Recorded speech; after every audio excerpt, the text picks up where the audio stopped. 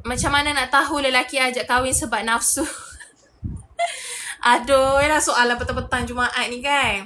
Boleh terangkan tak? Okey. Ini dah bab lain dah ni, tapi boleh je. Okey, tanda yang pertama, of course dia akan fokus kepada benda fizikal dan juga kita panggil kepada benda-benda yang berkaitan dengan seksual lah. Mungkin kita panggil daripada segi rupa paras, daripada segi awak punya pakaian, body posture macam tu lah. Selalu macam bagi ayat-ayat yang double meaning, lebih excited macam kita panggil.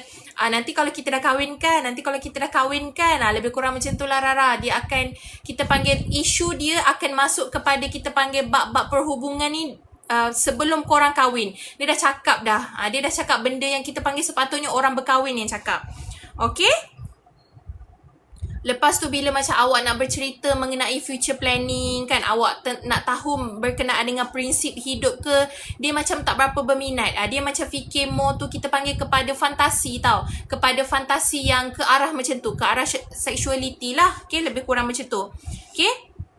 Dia takkan kita panggil bila awak tanya kan apa prinsip dia, apa macam kita panggil in future kan, kalau andai kata kita panggil planning bila nak duduk ke mana semua kan, dia tak boleh nak fikir benda tu, melainkan isu tu je lah. Isu macam kita panggil nak happy-happy berdua, lebih kurang macam tu. Dia tak ada kita panggil future planning yang ke depan. Cepat sangat nak kahwin tanpa ada persiapan. Selalunya macam kita panggil tak apa. Tak cukup duit apa tak apa. Yang penting kita nikah dulu. Tak apa, nanti rezeki akan datang. Of course, rezeki memang akan datang. Tapi rezeki nak datang pun kita kena mencari. Dia sama juga macam jodoh. Kita kena usaha untuk mencari. Lepas tu, kalau contoh, okay? Ini banyak yang kena lah. Bila contoh, okay? Dia dah start macam contoh nak langgar batasan lah. Maksudnya nak start untuk pegang tangan, ataupun nak start untuk kita panggil minta awak benda yang bukan-bukan kan. Tapi bila awak tak bagi, dia akan start untuk merajuk. Ataupun dia akan start untuk cakap, tak sayang saya ke? Itu selalulah yang banyak orang kena. Okay, bila anda kata tak bagi kan, tak sayang saya ke, kenapa buat macam ni? Tak apalah, kita kan dah nak kahwin.